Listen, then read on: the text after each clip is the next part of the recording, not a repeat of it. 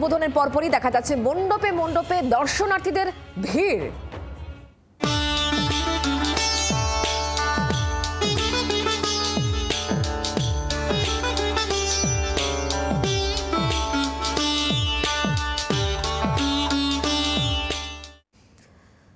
পুজো উদ্বোধন করছেন একের পর এক মুখ্যমন্ত্রী মমতা বন্দ্যোপাধ্যায়, আর এই উদ্বোধনের পরই দেখা যাচ্ছে মণ্ডপে মণ্ডপে দর্শনার্থীদের ভিড়। আর জি 24 ঘন্টাও ইতিমধ্যে বেরিয়ে পড়েছে শহর কলকাতার বিভিন্ন প্রান্তে।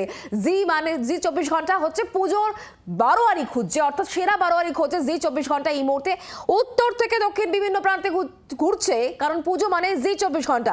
সেই সঙ্গে রয়েছেন বিচারক মণ্ডলীতে সেলিব্রিটিরা, তারা খুঁজে নেবেন সেরা বারোয়ারি মণ্ডপ কি।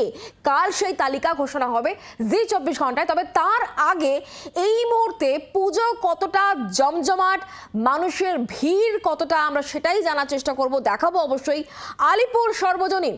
সেখান থেকে রয়েছেন আমাদের প্রতিনিধি আহিলি।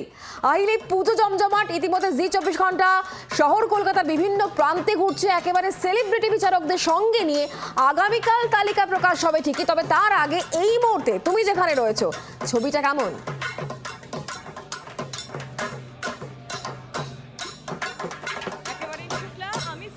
নষ্ট করব না, কারণ সকাল থেকে আমরা একেবারে বেরিয়ে পড়েছি আমাদের সেলিব্রিটি জাজেসদের নিয়ে, এবং সকাল থেকে অনেকগুলো পুজো আমরা ঘুরে অবশেষে এই মুহূর্তে এসে পৌঁছেছি যেমনটা তুমি বললে আলিপুর সর্বজনীনে। এবং অসম্ভব সুন্দর একটা থিমের সাজ এবং অনবদ্য প্রতিমা আমরা তো ঘুরে দেখছি, আমাদের দর্শকরাও এই মুহূর্তে দেখছেন, এবং আমাদের সেলিব্রিটি জাজরা দেখে তাদের মতামত কিন্তু মনে মনে তৈরি করে ফেলেছেন। রজতাবদার চওড়া হাসি, আমি শুরুতেই একটু রজতাবদার কাছেই আসবো। কেমন লাগছে আলিপুর সর্বজনীন? আলিপুর সর্বজনীনে এসছি আমরা। এখানে বাঙালির চা প্রেম, চায়ের সাজ সরঞ্জাম, চায়ের ইতিহাস, এসব নিয়ে আমরা অনেক কিছু জানতে এসেছি এবং বিস্মিত হচ্ছি এটা দিয়েও এরকমভাবে চমৎকারভাবে পুরোটাকে সাজানো যেতে পারে। এবার অনেকগুলো প্যান্ডেলেই আমরা এটা দেখতে পেলাম যে বিভিন্ন থিমের মধ্যে দিয়ে তো আমরা যাচ্ছি, কিন্তু তার সাথে সাথে আমরা যাচ্ছি বিভিন্ন রকম ইতিহাসের মধ্যে দিয়ে, মিউজিয়ামের মধ্যে দিয়ে অনেক কিছু জানছি যেগুলো নিয়ে আমরা সচেতন ছিলাম না। অনেক বোধ তৈরি হচ্ছে, অনেকগুলো জ্ঞান তৈরি হচ্ছে এবং ভালো লাগা তো তৈরি হচ্ছেই। সবার ভালো লাগবে, দেখতে আসুন। একেবারে এবার একটু প্রিয়াঙ্কাদির কাছে যাব। প্রিয়াঙ্কাদি, কেমন লাগলো তোমার? কেমন লাগলো? অবশ্যই ভালো লাগছে, এবং সত্যিই খুব ইন্টারেস্টিং একটা বিষয়, এবং তার পিছনে যতটা এফার্ট, যতটা রিসার্চ ওয়ার্ক হয়েছে সেটা সত্যিই রিমার্কেবল। এবং সেটা শুধুমাত্র এই প্যান্ডেল নয়, আজকে সকাল থেকে অনেকগুলো প্যান্ডেল ঘুরলাম এবং সেখানে প্রত্যেকটাই ইউনিক কিছু অফার করছে, এবং সেখানে প্রত্যেকটাতেই আর্টিস্টদের সেলিব্রেশন, দুর্দান্ত এফার্ট, দুর্দান্ত সব ভাবনা চিন্তা, পরিবেশনা, তো সেটা ভীষণ ভীষণ এনজয় করছি। অপাদি, তোমার? চা আমার খুব প্রিয়, তাই চা পান উত্তরে এসে আমার দারুণ লাগছে। এবং চা পান শুরু করেছিলেন যারা, একটা বিতর্ক আছে যে জাপানে না চায়নাতে প্রথম, সেটা নিয়ে বিতর্কে যাচ্ছি না, কিন্তু চাটা পান করা শুরু হয়েছিল জীবন দীর্ঘমেয়াদী করার জন্য। এখন যেরকম বলে অতিরিক্ত চা পান করা উচিত নয়, খাবারের সঙ্গে চা পান করলে নাকি আয়রন শোষণ হয়ে যায়, আয়রন কমে যায়, কিন্তু এদের যে টেকনিকটা, যেভাবে আমরা চা খাই আর কি, তাতে ওই জলের মধ্যে চা পাতা দিয়ে সেটা পান করলে নাকি শরীর দীর্ঘমেয়াদী হয়, অনেক দিন শরীর ধরে রাখা যায়, সেই জন্যই চায়ের আবিষ্কার। আর পরবর্তীকালে দুধ চাটা যে ব্রিটিশরা নিয়ে এসেছে ওই পন্থাটা, সেটাও এখানে খুব সুন্দর করে এক্সপ্লেন করা আছে। সব মিলিয়ে একদম চায়ে চা হয়ে গেছে একদম। এবার সোহিনীদির কাছে একটু যাই। সোহিনীদি, চা ভালোবাসো তো? কেমন লাগলো? ভীষণই, আমি টি পার্সন। চা তো বাঙালির আর কি আড্ডা, তার সাথে এক কাপ চা যে কোনো দিনে, বৃষ্টি, বর্ষা, শীত, গ্রীষ্ম, সবসময় চা একটুখানি হলে ভালোই হয় আর কি।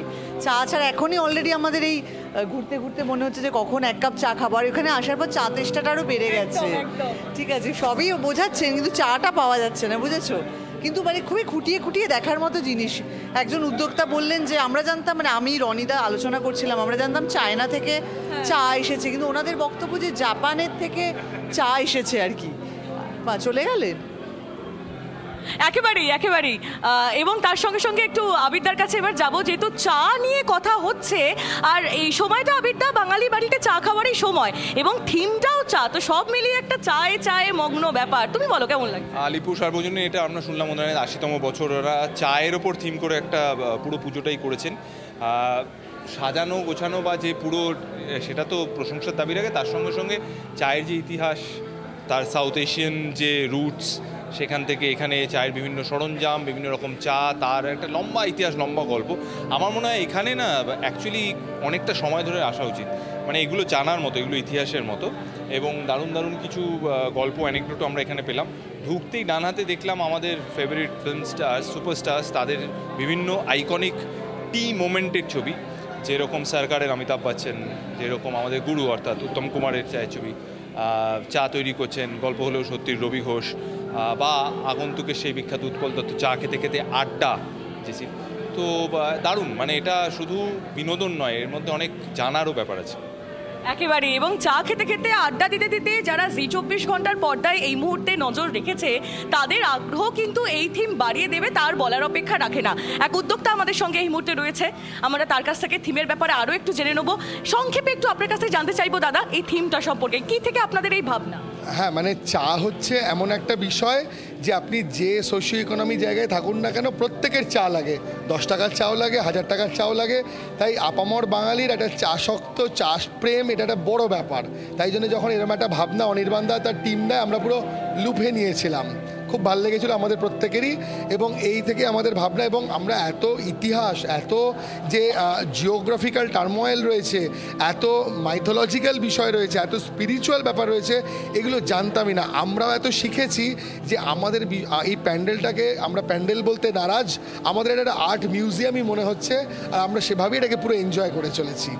একেবারে বুঝতেই পারছো শুক্লা, এখানে কিন্তু চায়ের প্রেম একেবারে জমে উঠেছে, এবং যারা মণ্ডপ দেখতে আসছেন তারাও খুব মজা করছেন, আমরাও মজা করছি, এবং আর আগামীকালের জন্য আমাদের অপেক্ষা আরও বেশি উদ্গ্রীব হচ্ছি আমরা অপেক্ষাতে, কারণ এত থিমের যে বাহার, তার মধ্যে সেরা সেরাদের বেছে নেওয়ার লড়াই এবং সেরা বেছে নেওয়ার যে কাজ, সেটা কিন্তু আমাদের সেলিব্রিটি বিচারক যারা রয়েছেন তাদের জন্য ক্রমশ কঠিন হয়ে পড়ছে।